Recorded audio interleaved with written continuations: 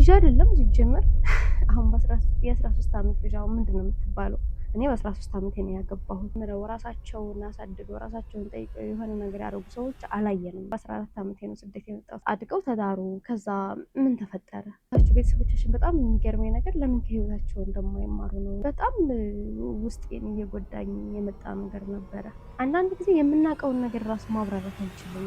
ምን ያህል ነገሮችን አሳልፈው ነው እዚህ የደረሱት የሚለው ነገር በጣም ያጓጓኛል። እና አልተማርኩም ማለት ራሱ አንዳንድ ጊዜ ያሳፍራል።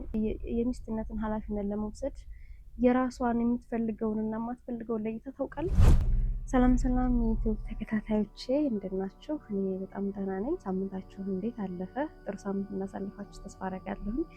ዛሬ እንግዲህ በሌላ ቪዲዮ ተመልሼ መጥቻለሁኝ። ከእንግዲህ ቪዲዮዎችን በጥሩ ሁኔታ እለቃለሁ ብዬ ተስፋ አደርጋለሁ። እናንተም እንደምትከታተሉኝ እንግዲህ ተስፋ እያደረኩኝ ማለት ነው። እና ዛሬ ብዙ ጓደኞቼ ዩቲዩብ እንዳይከፈሽ እያሉ እየጠየቁ የነበረ ሰሞኑን እና ለምን ዛሬ ለዩቲዩብ ተከታታዮች ሳልመልስላቸውም ብዬ መጣሁ። በዛውም መታወቅ ይሆናል ብዬ ስላሰብኩኝ ነው። እና ዩቲዩብ በጣም ብዙ ጊዜ እየከፈትኩ ነበረ። ዩቲዩብ ከፍታለሁኝ፣ ግን ደግሞ ይሄ ከልቤ እንደዚህ መስራት አለብኝ ብዬ ያሰብኩት ነገር አልነበረም። የምላችሁ ስለሚሰራና ገንዘብ ያገኛል ስለተባለ ብቻ መስራት ፈልጋለሁ። ግን ደግሞ ይሄ ልባችሁ ላይ ስለ እንደዚህ አይነት ነገር እሰራለሁ ብላችሁ ካላሰባችሁ ስለዛ ነገር እያወቃችሁ እያሳደጋችሁ አትመጡም። ይጠፋባችኋል ስሜት እሰራለሁ ያላችሁት እና እንደዛ እየሆነ ነበር ያለፈው። ከዛ ባለፈው አንድ ታዋቂ ሰው አየሁኝና ታዋቂ ሰዎችን ሳይ በዩቲዩብ ነው የሚታወቀው። የመጡበት ነገር ያጓጓኛል። ምን ያህል ነገሮችን አሳልፈው ነው እዚህ የደረሱት የሚለው ነገር በጣም ያጓጓኛል። እና የማየው የመጡበትን መንገድ የተሰራውን የመጡበትን ታሪካቸውን ማየት በጣም ያስደስተኛል። እና እሱን ሳይ በጣም አበረታኝ። እና ደግሞ ለካ እኔ የምሰራው ስራ አለ እኔን የሚመስል እኔ ያለፍኩበትን መንገድ ላሳይበት የሚችል ያለፍኩባቸውን ህመም የምላቸውን ነገሮች ላድንበት የሚችላቸው ስራዎች በጣም ብዙ ስራዎች አሉና ወደ አእምሮ የመጣልኝ ዶክመንተሪ ነው። ዶክመንተሪ ለምን መረጥኩኝ? እኔ የመጣሁት ከገጠር አካባቢ ነው እና አንዲት ሴት ልጅ በ13 ዓመቷ እኔ በ13 ዓመቴ ነው ያገባሁት እና በ10 ዓመት ጀምሮ ትዳራለች፣ ትታጫለች እና ያላት አማራጭ ማግባት ነው። እውነት ለመናገር እኛም ያን ያህል ክፋቱ አይታየንም ነበር። ምክንያቱም የምናየው ነገር በቃ አንድ ሴት ልጅ 10 ዓመት እንደዛ ከሆነ በኋላ ወጣት ናት ትባላለች። ስታገባ ስትታጭ ነው የምናየው እና መጥፎ ነገሩን አናየው። ምክንያቱም ተምሮ ይሄ የራሳቸው ህልም ኑሯቸው ተምረው ራሳቸውን አሳድገው ራሳቸውን ጠይቀው የሆነ ነገር ያደረጉ ሰዎች አላየንም በዙሪያችን እና መጥፎ አይመስልም። ግን አልፈን ከዛ እንደገና ደግሞ በ14 ዓመቴ ነው ስደት የመጣሁት እና ስደት መጥቼ ነገሮችን ብቻዬን ሆኜ የማሰላሰል ሲጀምር እውነት ለመናገር በጣም ውስጤን እየጎዳኝ የመጣ ነገር ነበረ። ለምን እንደዚህ ሆነ? ከዛ እንደገና ደግሞ አሁንም ድረስ አላቆመም ያ ነገር። ገና ልጅ አይደለም ሲጀመር አሁን የ13 ዓመት ልጅ አሁን ምንድነው የምትባለው? አይደለም የራሷን የሰው ኃላፊነት የሚስትነትን ኃላፊነት ለመውሰድ የራሷን የምትፈልገውን እና የማትፈልገውን ለይታ ታውቃለች? አታውቅም አይደለ? ለምን ደግሞ ከህይወታቸው ቤተሰቦቻችን በጣም የሚገርመኝ ነገር ለምን ከህይወታቸው እንደማይማሩ ነው። እነሱ አድገው ተዳሩ። ወላጅ ሲባል ይሄ ልጄ ከኔ ህይወት የተሻለ መኖር አለባት የሚል አይደለም። እና ለምን ያንን ነገር አላስተካከሉትም? ለምን ያንኑ እየደገምን እንድንመጣ አረጉን የሚለው ነገር በጣም ውስጤን እንትን ይለው ነበርና ከዛ እንደገና ደግሞ ስደት መጥተን ምንም አይነት የትምህርት አክሰስ የለንም እና አንዳንድ ጊዜ የምናውቀውን ነገር ራሱ ማብራራት አንችልም። በጣም ይሄ ነገሮችን እሺ እየተቀበልን ከማደጋችን የተነሳ ጥሩም ይሁን መጥፎ ሁሉን ነገር ተቀብለን ነው የምንሰራው እና እሱ ነገር ያናደኛል። የሌሎች ሀገሮች ጠይቀው ተረድተው የማይፈልጉትን አንፈልግም ብለው በጣም ኮንፊደንስ አላቸው። እኔ ደስ ይሉኛል እውነት ለመናገር። እኛ ግን በቃ ሁሉንም ነገር ነው የምንሸከመው። ሁሉንም ነገር እሺ ማለት ያለብን፣ ሁሉም ነገር የኛ ስራ መሆን ያለብን ይመስለኛል። ከኔ ጀምሮ እውነት ለመናገር ካለፈ በኋላ ለምን እንደዚህ ያልኩ የምልበት በጣም ብዙ አጋጣሚ አለ። ደግሞ የሚገርመው የሚያናደኝ ነገር ካለፈው በኋላ ነው ያን ነገር የማስብበት። እንዴት እንደዚህ ሆነ? እንዴት እንደዚህ ይመልሳለሁ? ውስጤ ሳይፈልግ እንዴት እንደዚህ ልስማማ እችላለሁ የሚለው ነገር ያናደኛል። እና ይሄን ነገር ሳየው የልጅነታቸው ውጤት ነው እና መማረግ ጀመርኩኝ። እኔ ሰዎች ጋራም ሳወራ ይባስ ያንን ነገር እያባባስኩ እንኳን የምመጣው። ምክንያቱም ስለ ህይወት የሚያወራ ሰው የለም። ተደዋውለን ስለ አረቦች፣ ከዛ ስለ አሰሪዎቻችን፣ ብቻ ስለ ሆነ ሴት መጣይ ወጣይ ገባይ ምናምን አለ አይደለ? ውሃ ቅዳ መልስ የሆነ ወሬ ነው። ያ ነገር እየሰለቸ ሲመጣ ትረካ ማዳመጥ ጀመርኩኝ እና አንተ ነገር በጣም ያሳረፈኝ እሱ ነው። ትረካ መውደድ ጀመርኩኝ። ከዛ እንደገና ደግሞ አንዳንድ ቀላል ይሄ ጽሁፋቸው የኢትዮጵያ ጽሁፎች ጭቅጭቅ ያሉ አይደሉ? ይሄ ለማንበብ በጣም ይቸግራሉ፣ በስልክ ያደክማሉ። እና ከዛ እንደገና ደግሞ አንዳንድ ጊዜ ቀለል ያሉ ጽሁፎች፣ ቀለል ያሉ መጽሐፎችን ደግሞ በቴሌግራም ማንበብ ስጀምር ራሴን ቢያስ ለምን የሚለውን ጥያቄ የሆነ ነገር ተጠይቄ ጥያቄውን አውቀዋለሁ ግን ማብራራት አልችልም። እና አንዳንድ ጊዜ እኔ እኮ ማውራት አይሆንልኝም በጽሁፍ ይሻለኛል ምናምን እላለሁኝና ለምን እንደዛ እንደምንል ብላችሁ አታውቁ? እየገባኝ መጣ ማለት ማብራራት፣ ይሄ ዝምታ፣ እሽታ ምናምን ጨዋነት አድርገው ነው ያሳዩን ያሳደጉን። እና ያን ነገር መተግበር እንደዛው ነገሮችን መቀጠል ጨዋነት መስሎናል መሰለኝ ሳስበው። ግን ደግሞ ጨዋነት አይደለም። ምክንያቱም በጣም ብዙ ይጎዳን። አንዳንድ ጊዜ ሁሉን ነገር መቀበል፣ ሁሉን ነገር እየቀበሩ ማረፍ ይጎዳን።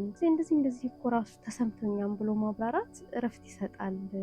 እና እሱን ነገር በመጽሐፍ እያተካካሁት የሆነ ራሴን እያየሁበት እንደዚህ እያብራራሁበት። አንዳንድ ጊዜ የሆነ ጽሁፍ ስታነባል አይደል ይሄ ልለው ፈልጌ ነበር የምትሉት አዎ እሱ ጋር ያመኛል የሚለው መጽሐፍ በነገራችን ላይ በጣም ይመቸኛል። እና ምናችሁ ታሪኩ ያለው ታሪኩ ብቻ ሳይሆን እሱም በጣም ሳቢ ነው፣ ደስ ይለኛል። ግን አዎ እሱ ጋር ያመኛል። ይሄ ሁላችንም የሆነ ነገር አሁን ዩቲዩብ ላይ ቃለ መጠይቆችን እንደዚህ ትረካዎች ብቻ እያንዳንዱ ነገር የምንከታተለው የሆነ እኛ ልንለው ያሰብነውን ወይም ደግሞ የተሰማንን ስሜት ስለሚያብራሩልን ነው። እና እሱ ነገር በጣም ደስ ይለኛል። እና ደግሞ ይሄን የምታብራሩ ለጓደኛ ራሱ አታገኙም። አንዳንድ ጊዜ በጣም ስለምግባባ ጓደኛ አሉ በዙሪያዎች፣ አሁን ብዙ ባይሆኑም። እና አሁን ጓደኛ እየቀነስኩ መጥቻለሁ። ምክንያቱም ጊዜም የለኝም፣ ስልኬ ጊዜን ይወስደዋል። ከዛ በተረፈ ደግሞ ደስም አይለኝም ይሄ ሰዎች ጋር ደውዬ ተደዋውዬ የውሸት መሳቅ ምናምን። እንደ ሴት አንዳንድ ሴቶች በጣም ያስቁኛል። እና በሆነው ባልሆነው ስቀው አጋን ነው ብለው ምናምን እረት ድራማ ነው የሚመስለኝ። እና ይህ ሁሉ ድራማ ምን አስፈለገ ማለት በቃ ምናምን እላለሁኝ። እና እንደዛ አይነትን ነገር እንደዛ አይነትን ግንኙነት አልፈልገውም። ግን እንደዚህ ስሜታችሁን ልታብራሩ ስትፈልጉ የሆነ ፍልስፍናዊ ጉዳይ ያደርጉታል። እና ደግሞ ስለሆነ ነገር ስታብራሩ የአእምሯችሁን እውቀት በትምህርት ደረጃችሁ እንትን ሊገምቱት ይፈልጋሉ። ትምህርት ራሱ እኮ የሀሳብ ውጤት ነው አይደል? ማሰብ ከቻልኩኝ መማር የሚሰጠኝ መረጃን ከዛ በተለፈ ማሰላሰልን ነው እንጂ የሚሰጠኝ በህይወቴ እያንዳንዱ ነገሮችን እያስተዋልኩ ከሄድኩኝ በህይወቴ እማራለሁ። ህይወት ማስተማሪ ነው። ትምህርትን እየናኩ አይደለም። በጣም የሚነደኝ ነገር ነው እውነት ለመናገር። ምክንያቱም አሁን ያለንበት ጊዜ እንኳን ላልተማረ ለተማረውም ቀላል አይደለም። እና አልተማርኩም ማለት ራሱ አንዳንድ ጊዜ ያሳፍራል። የምላችሁ የምታፍሩት በዚህ ጊዜ አሁን በጣም ትምህርት አስፈላጊ በሆነበት ጊዜ ሁሉም ነገር በሚዲያ በትምህርት እንትን በሚባልበት ጊዜ አለመማር በጣም ብዙ ዋጋ ያስከፍላል። አሁን በጣም ዶክመንተሪ ይሰራለሁ ብዬ እያሰብኩትም ለዚህ ነው። ምክንያቱም ልጆች መማር አለባቸው። ለነገው ጊዜ የታጠቁ መሆን አለባቸው። ለነገው ጊዜ ብቁ መሆን አለባቸው። እና ነገ ሆነው ሳልማር አድጌ ብለው አንገታቸውን እንዲደፉ አልፈልግም ለመናገር እንደ ራሴ። ስለዚህ ያንን ሳስብ ዶክመንተሪ ሰርቼ ለዓለም ባሳይ ነገሮች ይሄን ነገር። ምክንያቱም አብዛኛው አሁን ዩቲዩበሮች የሚያወሩለት ነገር ከተማ ስላለው ነገር፣ እኛ ገጠር አካባቢ ላይ ምን እንደሚፈጠር ራሱ የሚያቅሰ የለም። ምክንያቱም እኛ የገጠር ልጆች ራሱ ስለ አካባቢያችን አናወራም። ለምን እንደሆነ እንጃ። የምናወራው ስላለንበት ከተማ ወይም ደግሞ በዙሪያችን ስላለ ነገር ነው። እና ያ ነገር መቆም አለበት።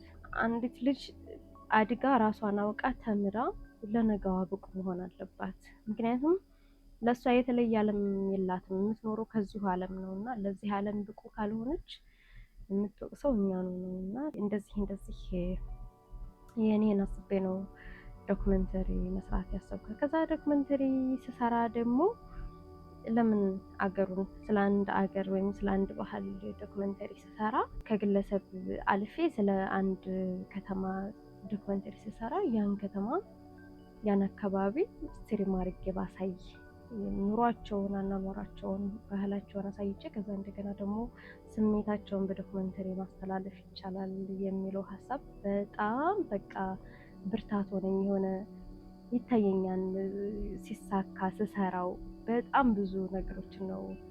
አሁን ላይ ውሎዬ ምንም አይነት ሌላ እንትን የለኝም እና ስለ ዶክመንተሪ የሚጠቅም ነገር ሰርች ማድረግ ማንበብ ምናምን ነው እና እረፍትም ይሰጣል። ነገ ይቺ ምን ልሰራ ነው ለምትሉት ነገር የምትወዱትን ነገር ስለምትወዱት ነገር እያጠናችሁ መዋል እውነት ለመናገር ስኬታችሁ ጋር የቀረባችሁ እንደመስላችሁ ያደርጋል እና ደግሞም ቅርብ ይሆናል። ስለ አንድ ነገር ካሰባችሁ ስለዛ ነገር መሳካት ከሰራችሁ ይሳካል። የማይሳካበት ምንም ምክንያት የለውም ብዬ አስባለሁኝ እና ለዛ ደግሞ ጥሩ ግሩፕ ስለ ዩቲዩብ ስለ ኤዲቲንግ ብዙ ጥሩ ግሩፖች ይኖሩኛል ብዬ ተስፋ አደርጋለሁኝ እና እንደዛ አድርጌ ይሄን ስሜት በሚዲያ ያስተላልፋለሁ።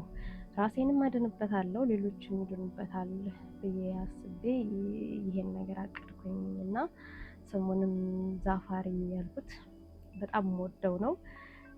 ፕሮፋይሉን ማየታችሁት እንደሆነ የአፍሪካ ካርታ ነው።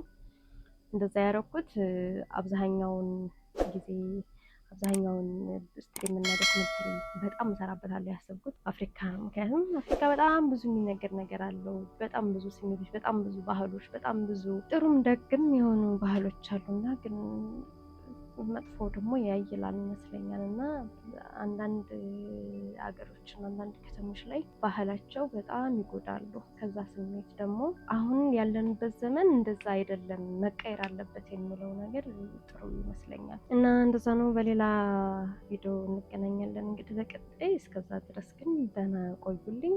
ባይ ባይ። ይመቻችሁ።